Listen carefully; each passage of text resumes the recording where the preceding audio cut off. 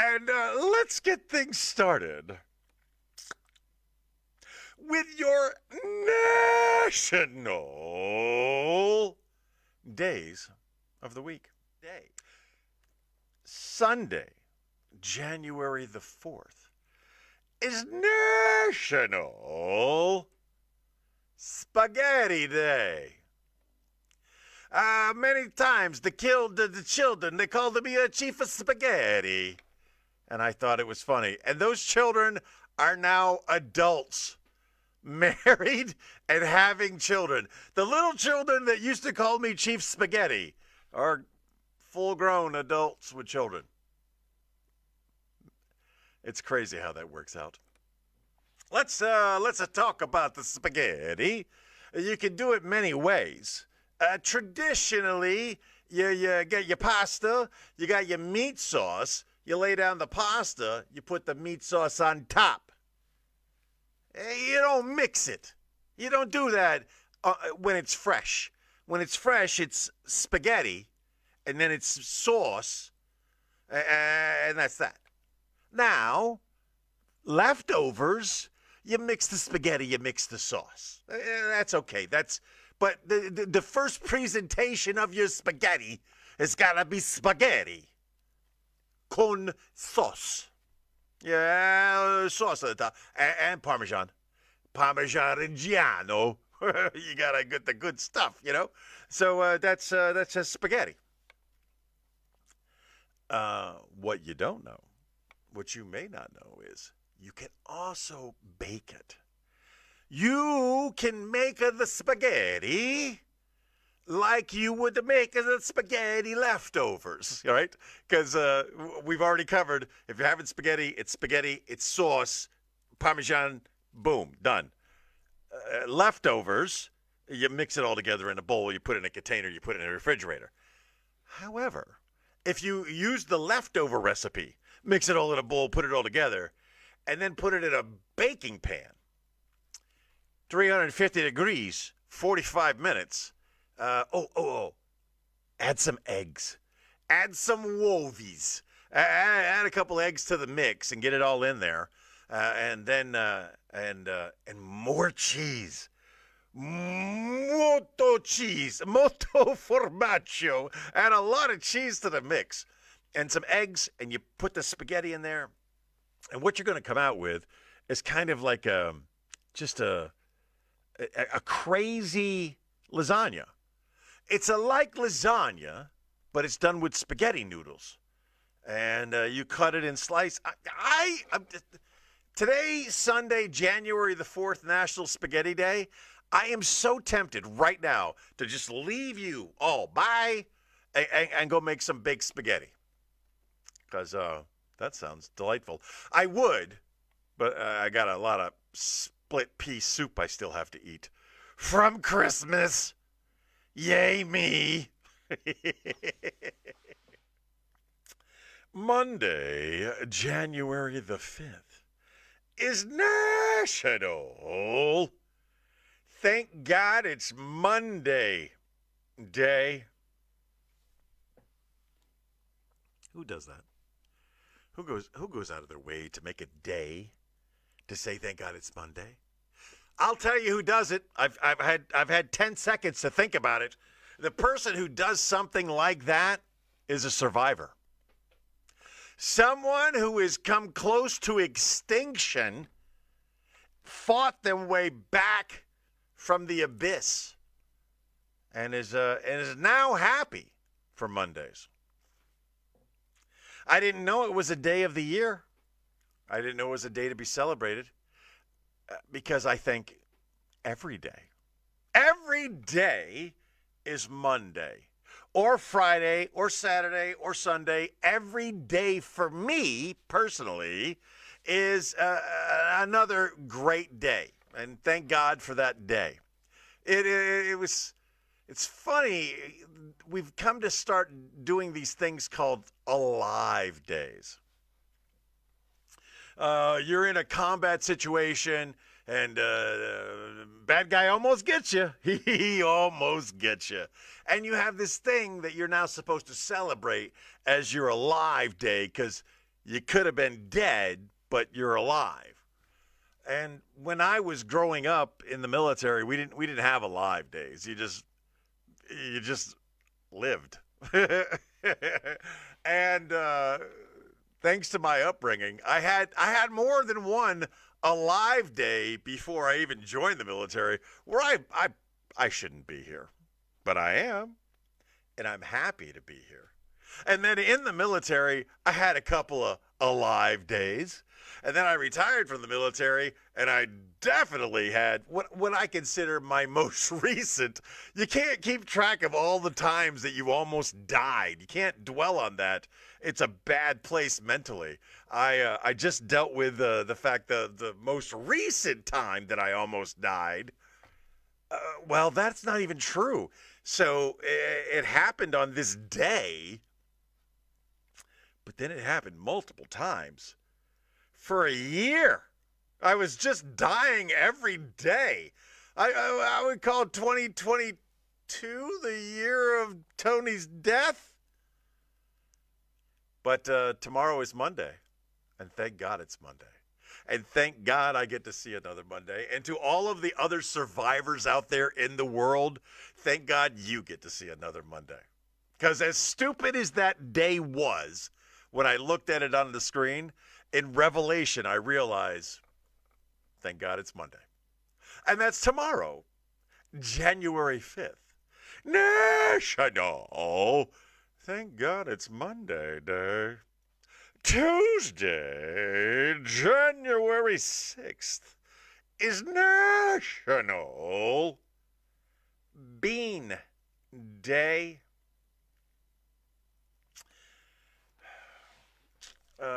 Immediately, I'm trying to think of where I want to go with this. Do I want to tell you a funny story about the derogatory term beaner? Because I didn't know it was a derogatory term the first time I heard it. I just couldn't understand why he kept saying, he called me a beaner. I had no idea what that meant. Or do I tell you about my recent intake of the fibrous material that is a bean? I choose the latter.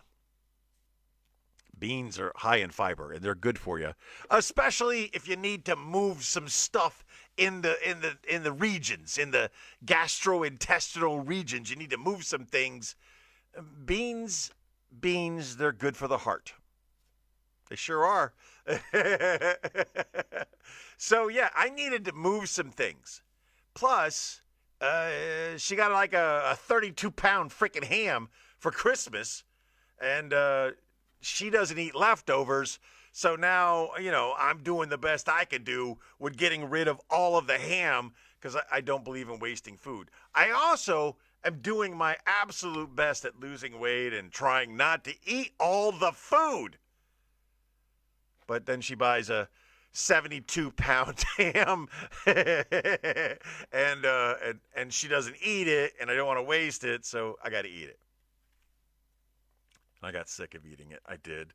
I was having a piece of ham here and there, and then I would have a ham sandwich, and I was trying to find more ways to make the ham interesting, and I just said, screw it.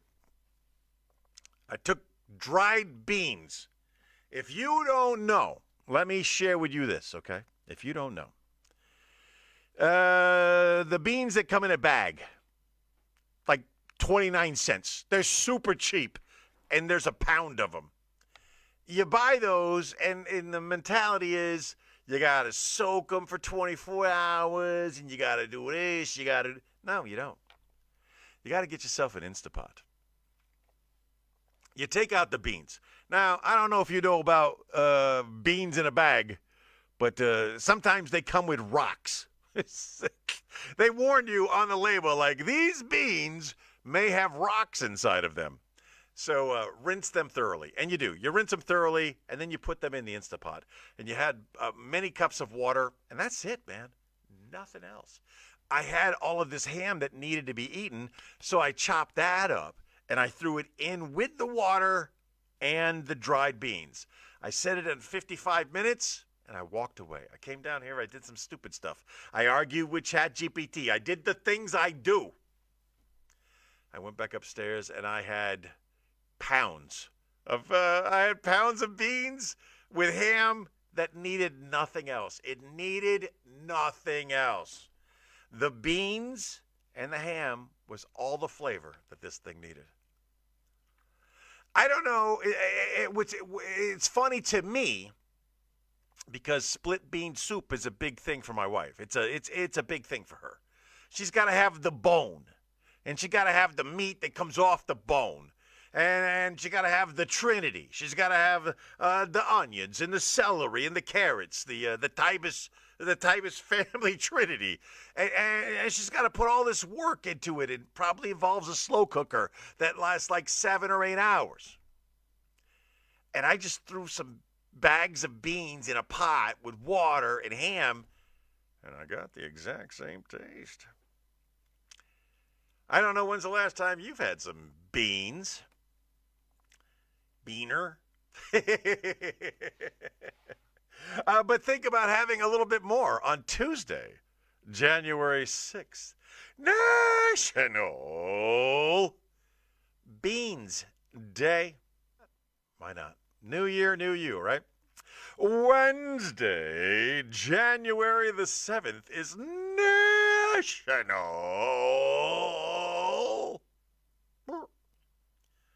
Pass Gas Day. Look, I'm not a fan of flatulence. I'm not a flatulence fan, okay? But I understand we all do it. We're gas-creating creatures, and the healthier you are, the more gas you pass. And there's ways of doing it. There's the childish and immature way of eating things to increase the heinousness of your gas and then blowing that gas on your coworkers. That gets you shanked. I will shank you. I don't play those games. I never did. Even young, immature me was never a fan of farting on people or being farted on by people. Not a fan. A Dutch oven. Never did it. Ever. It's so stupid. If on Wednesday, January the 7th, National Pass Gas Day, I could tell you anything. I could say, use some manners. Be polite. Don't fart around people if you don't have to. Take it outside. I was recently at a comedy show in Mechanicsburg, and I stepped outside for a minute, and the person in front of me was also stepping outside for a minute, and then we slightly conversed when he admitted to me that he had just stepped outside to fart. Number one, heads up, good on you, sir. Good on you. Because that's a gentleman. A gentleman takes his poopy smell outside in a restaurant and didn't expect to be followed by somebody like me, and then to create the separation, explain to me why he went out there. And that is class. You wouldn't have expected it from him because he's a large man. And, when people see large men, they just assume we're farting on everything. And maybe I am. But if I do pass gas, I'm going to try to not do it around you. And I'm going to go out of my way to say, I'm sorry. Excuse me. Sorry. Excuse me. I am apologetic. I am an apologetic pass gasser. And you should be too. And ladies, I don't care how comfortable you are with your man. Stop it. Stop it. Okay? It's not ladylike. No. Don't do that. Okay? And even if you still say, excuse me. You ripping ass like a college frat boy. No. Don't do that. It's not ladylike. and I'll stay tuned for your comments. And that is Wednesday, January 7th, National Pass Gas Day.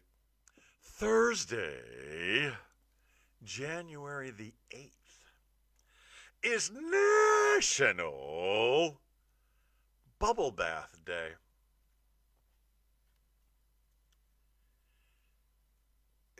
Treat yourself, okay?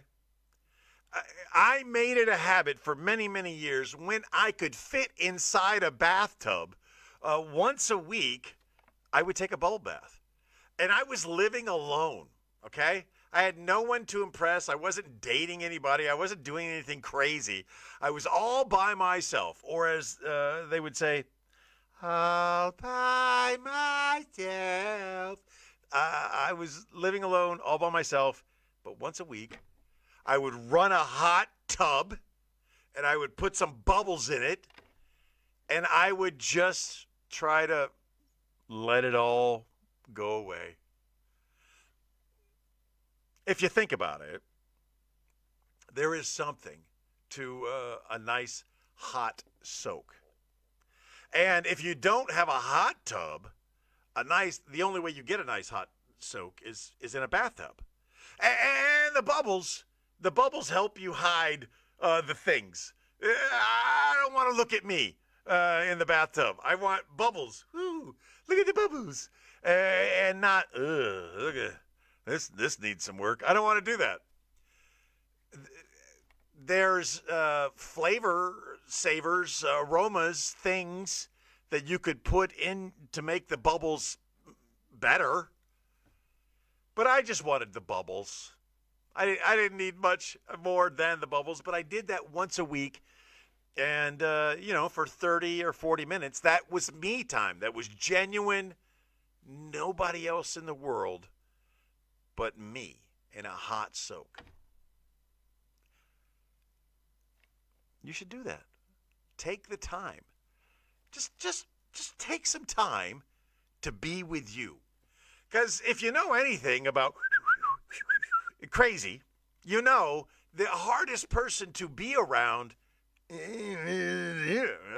I recently was on the road for a very long time, driving, and I got into here, and that's not a good place to be. That's not a good place.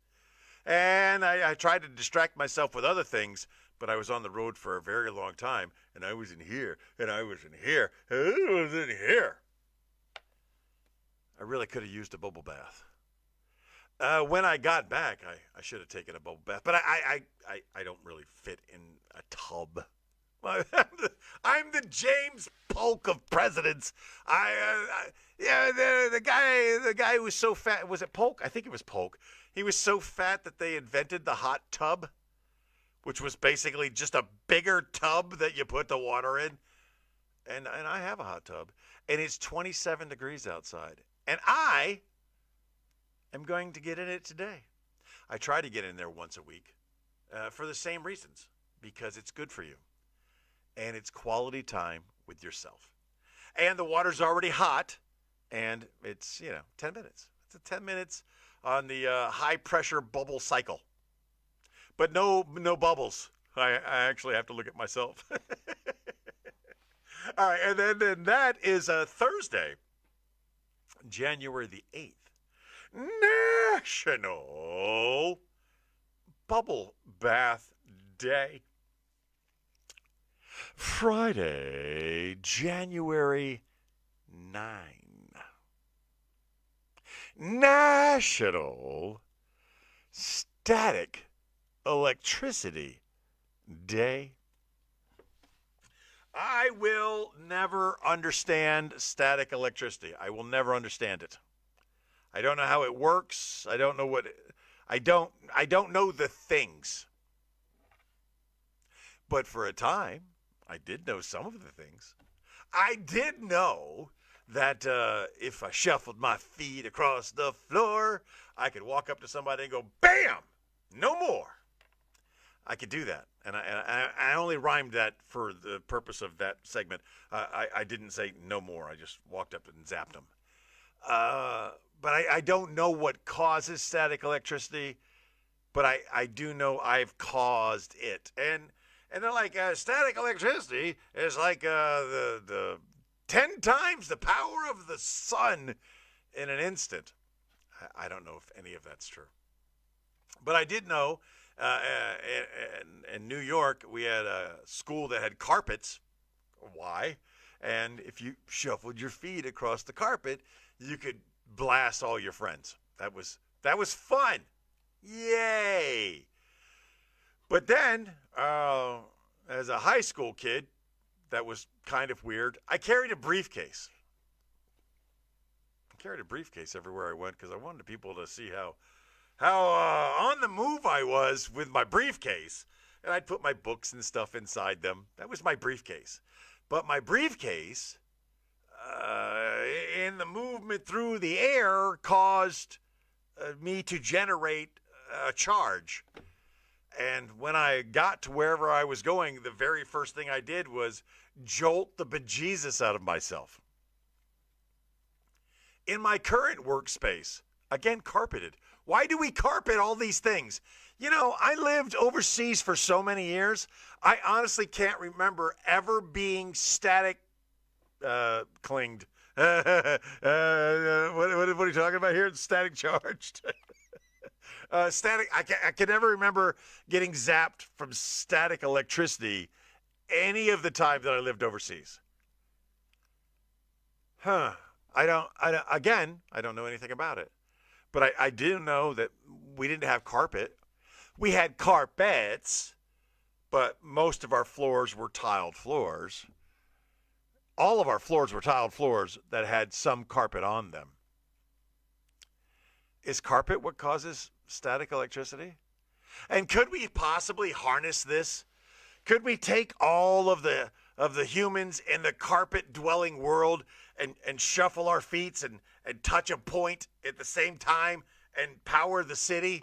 That seems a lot more effective than windmills that don't mill the wind. I don't know. Again, I prefaced all of this conversation with I don't know anything about static electricity. I do know that in my office that is carpeted, when I go to open the door, I always do it with the back side of my hand, like I'm checking for fire on the other side. I just do it with the back side of my hand to discharge any static electricity that may have built up from the 2-foot walk to my door. And often there is a charge. So shuffle all you want. Zap your children. The opposite of passing gas is passing electricity. Passing gas, bad. Zapping people with electricity, hilarious. And remember that on Friday, January 9th, National Static Electricity Day. Saturday, January 10th, National House Plant Appreciation Day. Because there's nothing your house plants want more than appreciation. I don't know how many you have. I don't know what the normal number of house plants is. I do know studies, in case you're curious, scientific studies by scientific people have said the best thing you can do for your overall health is put a plant in your bedroom. Or several plants in your bedroom. Not because of any other reason that oxygen. That's what they say. That's what they say. I don't know how many houseplants is the norm. I know for a very long time we had fake plants in our house. And the wife has slowly been getting rid of the fake plants that look like real plants and require no maintenance. But at the same time, she's gotten real plants. And she puts them in the most difficult places. Like in the window that overlooks the sink, that overlooks the yard. That's where she decided to grow a garden in a space that wasn't designed to grow a garden, but does get natural sunlight. And one of these house plants is a tiny little truck. And in this truck there were 3 stems, and the stems were cute in the tiny little truck. And now the stems are like 4 feet tall, and the truck is still tiny. I've mentioned to her that we should probably repot these giant stalks of things. Feed me, Seymour. I don't know what plant this is. It's alien to me. It's unrecognizable. So I'm curious, how many house plants do you have? And how many of them probably need to be repotted at some point soon? Or how many of them are going to eat you? If you've never seen A Little Shop of Horrors, you're missing out. And I remind you to use this as an opportunity to watch the movie Little Shop of Horrors on Saturday, January the 10th, National Houseplant Appreciation Day.